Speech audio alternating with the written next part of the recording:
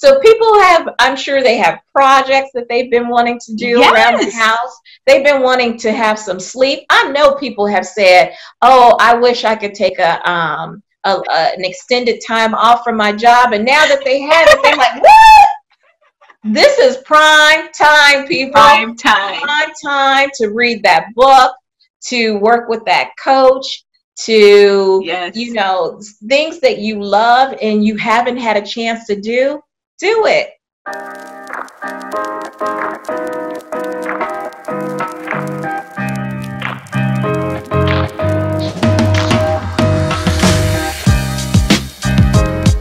Hi, I'm Tiffany Stacy, and I'm your host on Cooped Up. And I am a photographer and videographer based here in Columbus, Ohio. And today on the show, I have Miss Dr. Tina Diggs. She's the founder of Be Intentional, LLC. She's a life and career coach, speaker, and accountability partner here in Columbus, Ohio. So welcome to Cooped Up, Tina. Oh my goodness, I'm excited to be here. Thank you. Yeah, no problem. So can you share a little bit with my viewers, like exactly what a life coach is and what you do in your business? Yes. And so coaching is really about a partnership. It is a collaboration between the client and the coach, and it allows the coach to really provide some thought-provoking questions and assist in a very creative process that inspires, that motivates, and provides accountability, and really helps people to move from point A to point B regarding their goals. As a coach, it is my responsibility to listen, to ask questions, and to help guide. It's an opportunity to connect with someone who has the knowledge and the expertise to help them to really pull back the layers to gain some clarity and some direction. So tell me, like, who are your target clients? Who do you normally work with? I predominantly work with women. I definitely have worked with men as well in the past. My coaching is one-on-one, and I'm able to customize that based on the needs of the client and what they have shared with me. Also, one of the great aspects of my program, it is virtual. So I really allow this platform that you have me on right here. And it really gives me an opportunity to connect with people by way of email, by phone, by video. And I'm working with people all across the world because you're able to connect in such a way that meets them wherever they may be. And so that has been wonderful for me in terms of my coaching. All right. And also, you know, I'm really passionate about self-care and coaching. So my target is me. My target would be you. And the target is anyone across the world who is really wanting to make some changes with themselves, or just to understand who they are, what it is that they want, and their purpose. Whether it's a coach that is helping someone from a physical standpoint, like trainers or fitness trainers, or financial coach in terms of our money and our finances and what we're doing, a spiritual coach, or life and career. So a coach to me is very important. And, you know, with that Oprah saying, you get a coach, you get a coach, and you get a coach. Yes. Everyone should have a personal coach, someone who is in their corner, that supports them, and also able to help guide and hold them accountable. Okay. Well, so I'm curious to know what like really inspired you to get in this type of work. And yeah, so what inspired me to get into this work? I've always been a person who, my family and my friends, I've been that go-to. You've been a person that gives advice. And yes, that has just been my makeup, and I believe it is my purpose and it's my passion. And so I should fully operate within that. At the same time, I obtained my bachelor's degree in psychology. My master's degree is in counseling. And so for the first half of my career, I was providing individual and family group therapy to adolescents as well as adults. And I utilized those practices and skills throughout my entire career when I work with teams and helping them to develop and to help people as far as, again, in moving into that next track of their life and whatever that might look like. And then also, oh my goodness, Tiffany, I think I shared with you personally, but also I want to share with your viewers, is that I took the biggest leap of my life back in November of 2016. I resigned from my job. Oh, well, we know we both have that in common now. Exactly. And so I did that to pursue my dream of traveling abroad, and then also to really hit the reset button for myself and determine what was my next move. And so I remember having Paris on my vision board back in 2008. And so in 2017, I was walking up the Eiffel Tower. And so I am all a believer of vision boards and setting a direction, a path in our life of what we desire, and to actually working with a coach. And I work with coaches myself personally, and it has made a difference in my life. And so I took the time to reflect and to determine as far as what was my next. And so after that sabbatical for me, I returned to the workforce. I did accept a position with an amazing college, because I have my doctorate degree in leadership and management in higher education. And so I currently serve as the dean. And then also I decided to take my love of coaching and empowering others and combining that with my education experience and helping clients to really transform their thinking and to create, as far as their professional confidence and the life that they desire. So Be Intentional became live. So what is a common problem that you see with people who set goals and that are trying to live a life that's intentional? Like, what is a problem? Where do you see someone getting the most stuck at? I offer a discovery call with all prospective clients, and I definitely want to offer that to your viewers to connect with me. And I know that we'll probably talk about at the end a way for your viewers to connect with me. But in that discovery call, most of the things that I'm hearing from people that they're struggling with and trying to determine, if and how I can help them. But they're saying to me that they're challenged with their desire at their current job. How do they move in to elevate themselves on their current job? How do they interact with their boss sometimes? Or how are they able to ask for that promotion or to receive an increase in their salary, and how to negotiate that process? Sometimes it is a matter of knowing and understanding what is the difference between a sponsor versus a mentor, and knowing the language and how to leverage themselves in that respect. Sometimes many of my prospective clients, they talk about not knowing what their purpose is, or they've been in a career or in a position or in a relationship, and they're not sure if that's something to where they want to continue in that. It's really identifying fears and really, like I said earlier, peeling back those layers of uncovering who they are, their authentic self, and being able to operate in that space. So what do you say to someone that's not like really sure of what their purpose is, and how can they figure that out? What would be your advice on that? One of the first steps I would say is acknowledging the fact that they need additional help. Because sometimes people will say to me, well, why would I need a coach? I know these things on my own. And we might know them, but do we follow through with them? Do we apply them? And so that's where that accountability comes in. That's where that support, motivation, and encouragement comes in, that of having that extra person and that coach to help facilitate that process is very impactful. And so to really peel back those layers, a lot of the time I'm spending the first several sessions of a person just getting to know who they are.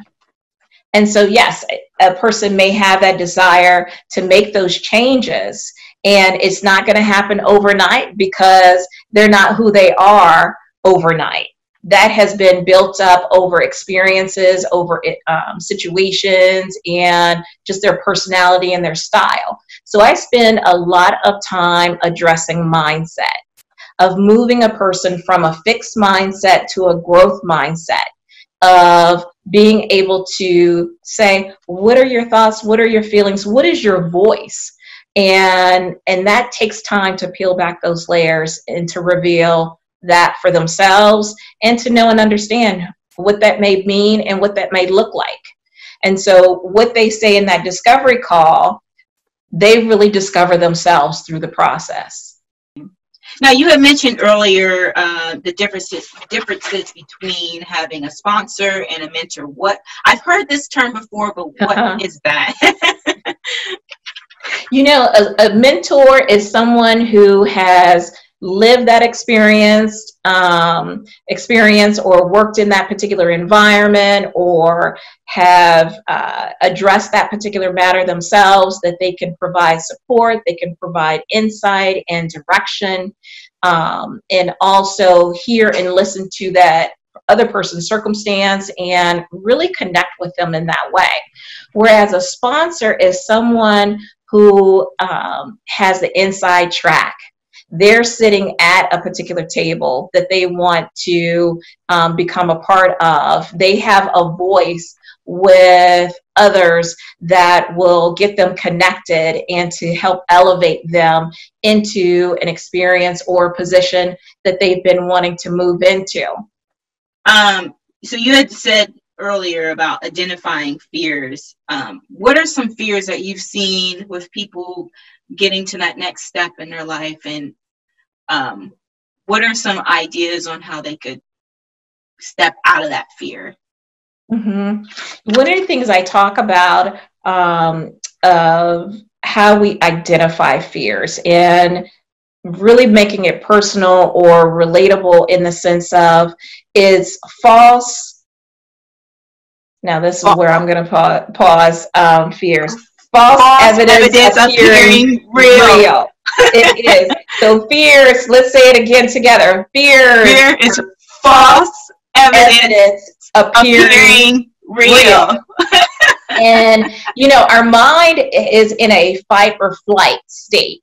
And when situations stir up in us, our mind gravitates to, should I run? Or should I fight? Or what the situation is. Our mind doesn't know the difference between this is something that is going to harm me versus this is something that is a new experience and different from me. And so our fearful state will say, should I run, or should I hide, or should I fight in this situation? Whereas it is something that's new and different. And it's something that I should stick it through and follow through with, and I will come out on the other side. This particular situation that we have with the COVID-19, it has brought up a lot of fear and anxiety in all of us. At the same time, we have to look at it in the terms of, how can I control my controllables? I talk about that with my teams all the time. There are certain things I cannot control, but then I can acknowledge and be aware of my fear or my anxiety, but I need to play that tape all the way out. I know that at some point in time, we are going to be on the other side of this, and to not stay stuck in that place of fear. But what is it that I can manage and control to address that? And so by being, again, open and authentic and true to myself, and being compassionate with myself as far as what I'm feeling and experiencing, it's important to do that. Also, at the same time, play that out and saying, what does that mean for me on the long haul? What is it that I can do right now to manage that? How can I work with my coach and be open and honest and talk about those things? What are some things that I can work on to address it? Those are all key and important within that aspect. Mm-hmm. Now, what are some things that are controllable fears or controllable? I guess, yeah, is that the term, controllable? I just kind of say control the controllables, because we can't control the fact that the COVID-19 is here and it's something that we're having to address. But what I can control is how I manage my day. Do I just sit at the TV and watch the news constantly? Am I tapping into Netflix and watching all these movies that are talking about viruses and epidemics, and it will overwhelm my mind and really can make me stuck, and of not allow me to move forward. Whereas if I come from a place of acknowledgement, but I'm journaling or I'm creating a schedule of events of what my day looks like. I'm feeding my spirit by things that give me joy and excitement, because I'm connecting with friends, but I'm doing it from a virtual standpoint because I'm a people person.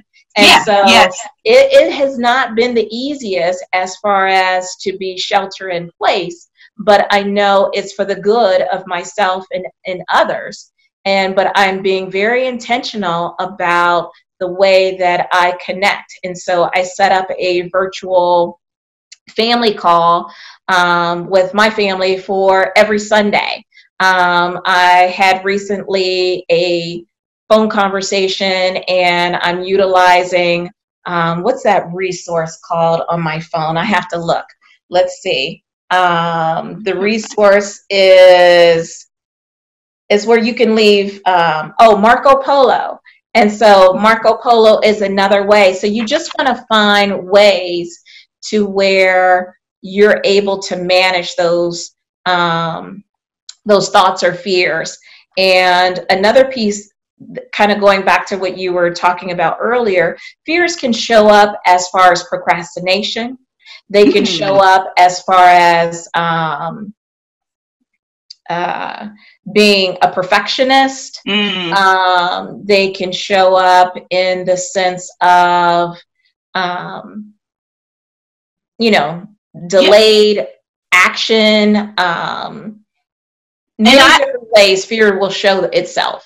And I could definitely relate to that. Like, especially being a woman entrepreneur, and it's just like, I'm a perfectionist. And so I understand that fear of constantly feeling like, if it's not right, then I'm not going to put it out there. But I think as I've gotten older, I've understood that, sometimes even getting, like, someone once told me, like, even if it's about 80% of what your expectations are, still put it out there.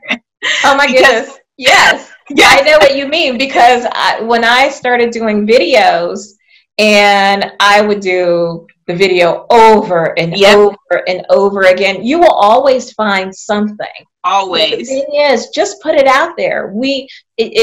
And that's where, when I going back to the shifting the mindset from a fixed mindset to a growth mindset, is a growth mindset. It's about learning. There is no failure. But if we stay fixed and say, I don't know how to do and understand math, or I'm not good at videos, or I just don't do well in public speaking, or, whatever the case may be, you can insert your own situation within that. And if you stay stuck in that, that's the way that it will always be. But if you have from a growth mindset of saying, I will grow into this, I will learn this, and I will improve as I go, oh my goodness, sky is the limit as far as what you will experience for yourself in the newness and the confidence, and what your goals and desires that you can accomplish. Yeah, no, I totally understand that, because so I don't know if you're familiar with Toastmasters. I did Toastmasters for about 4 years because of my fear of public speaking. And I just I procrastinated on the speeches, but I finally got it done. Got my 10 speeches done. And I must say that I learned so much about myself during that time, just how to like manage my nervousness Oh and my be able goodness, to, yes. yes, and being able to Good for present. you. And, yeah. Yeah, it was definitely trying, but I It just definitely takes now, us out of our comfort zone. it really does. And it's just like, I think a lot of times people get stuck in the fact of like, you think about all these scenarios, but you know what? You just got to like continue to put yourself out there. And, you know, for me with Toastmaster, it was a painful experience every time. But I was just like, once I got to that last speech, and even now, I mean, doing videos has helped me, and talking to you and getting out there. It's like continue to be putting myself out there to, work through that fear. So it's, yeah, you have Yes. to. You're spot on as far as in the need to put yourself out there, because the way that our mind works, our mind usually doesn't formulate the storyline to where it's going to be wonderful Oh and yeah. there's going to be a positive outcome. We have a tendency to formulate a storyline that is quite scary and that something terrible is going to happen. Oh yeah. And again, when that fight or flight comes into play, it plays the tape out in a negative way. But I really encourage my clients to play the tape out and play the tape out based on your memory of your previous actions when you stepped out before. And I would say the same thing to you, Tiffany, in terms of you stepped out and had gone to Toastmasters, and how that has benefited your business, how that has benefited you in interactions.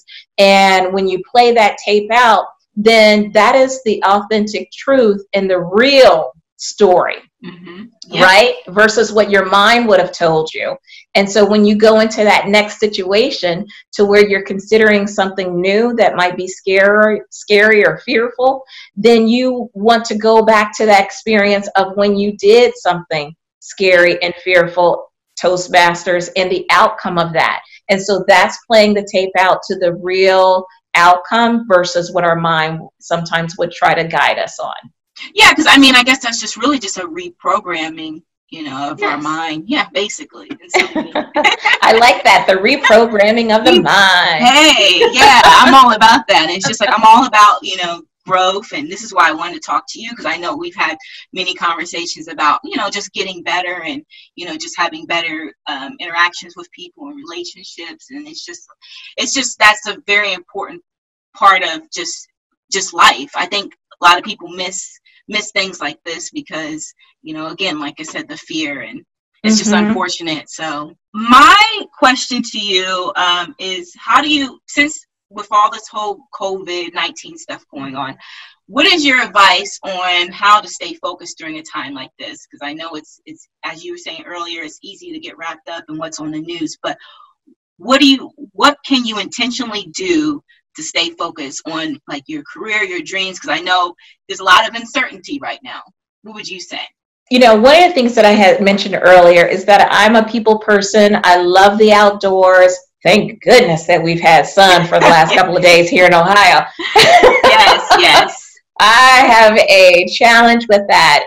As you know, I was living in Phoenix for the last 9 years, and to be back in Ohio for the last couple of years, I get on that struggle bus sometimes in terms of not having the weather. And so I have to, again, be intentional about what it is that I do. And when travel was available to me, I would make sure that I would get out to travel locations that the sun was out there and available, and that would really feed my spirit. I'm a book reader, and so I like to just engross myself in going to faraway lands or to learn something new, and things that I can do to not be stuck. That's really important. Of how do I stay focused is what I mentioned before, in controlling my controllables. What is it that I can do to stay focused, and to know again that this will pass? And so I want to be ready.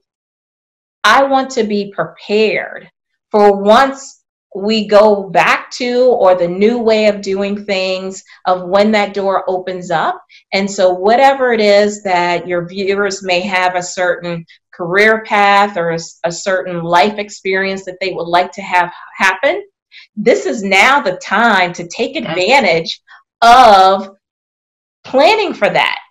How can I prepare myself right here and right now, of when that door opens up, when that opportunity presents itself, I'm ready to go. Yeah, this is prime time. This is prime time. Prime time. Because when this was kind of, circulating in the news early on, I think earlier this month, I was just kind of like, geez, like there's just so many things that could go wrong during this time. But once I was kind of thrown into this situation, I'm like, wait a minute, there's a golden opportunity here. And I'm like, and now with everybody video conferencing. How about it? Hey, this is what I've been talking about. This is it. This is it. So people have, I'm sure they have projects that they've been wanting to do around the house. They've been wanting to have some sleep. I know people have said, oh, I wish I could take an extended time off from my job. And now that they have it, they're like, what? This is prime time, people. Prime time. Prime time to read that book, to work with that coach, to, things that you love and you haven't had a chance to do it. Yes, exactly. Exactly. Because like right now I'm like brushing up on my Spanish, my Espanol. You Duolingo? Are you doing Duolingo? Yes. I'm Duolingo. It's so addictive. Like, ¿cómo está? ¿Cómo estás? Mi hablo español. Un poquito.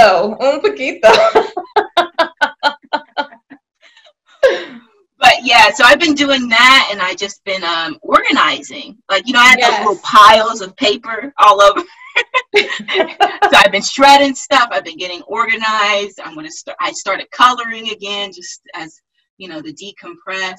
Exactly. So this has been wonderful. I mean, I know that some people might disagree, but I'm just like, this has been great for me. And just being a business person, I mean, there's always something to do, as you know, always something to do. So yes, I think this is kind of like a sabbatical that I see for everyone. This is a gift, so to speak. I understandably so. There's a lot of stress that goes around it in terms of the many families and people that have been impacted.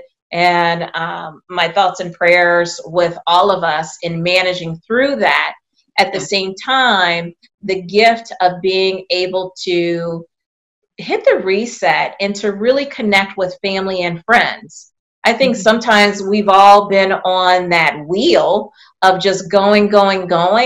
And now is a time to slow it down and to really get back to the basics, and get back to self, being compassionate with self, giving ourselves permission to just experience what's happening in one another in a different way. I don't think that we will go back to exactly the way things were. Right. I think this will open up opportunities for us to say to ourselves what worked and what didn't work, and to create our new normal. And that's one of the things that I really want to stress with your viewers, is to know that you have a choice. I have a choice. We all have a choice, and not feeling as though that we are, that we don't have a voice in the matter. And I would encourage everyone to really soul search and to be reflective of what is this experience bringing up in them, and to begin to work through some of those things. So once again, that they're prepared to go through, and to, once we're on the other side of it, of being ready for what their next is going to be. I love it. So thank you so much, Tina, for being part of this. And I wanted to give you time to plug yourself shamelessly. And let everyone know where they can reach you. Yes. And so I am over the moon about Be Intentional. It gives me energy to help women and to help people just transform their mindset and to address their fears and to find their voice. And so I have packaged my 25 years of experience with current day techniques in game-changing 60-day virtual coaching private program. And that is taking your life and your career to the next level. And so I look forward to the opportunity to be your sassy motivator, encourager, and accountability partner that has your back. This is my purpose and my gift. I encourage you to be intentional and to create the life that you desire. So my website is jam-packed with a wealth of information, videos, testimonials, and my favorite, the Be Intentional workbook. This workbook is an inside peek regarding my own transformation, and it really includes my own personal journal entries. And so you can really see what I've said in my journals, and a reflection questions to help you too to find your own voice. And the workbook is my gift to you. To download the workbook and to access other gems, go to www.beintentionallife.com. You can also find me on Facebook and Instagram at Be Intentional LLC and LinkedIn under Tina Diggs. And lastly, to schedule a complimentary discovery call with me, go to calendly.com/beintentional. All right. Well, Tina, thank you for joining me on Cooped Up. And I actually welcome everyone to stop by for our next video, whenever that will be. I don't have a deadline on when I'll be posting my next video. I know it will be soon. It will be soon. But yeah, if you've been following me, you know how I can be sometimes. But anyway, I'm your host, Tiffany Stacy.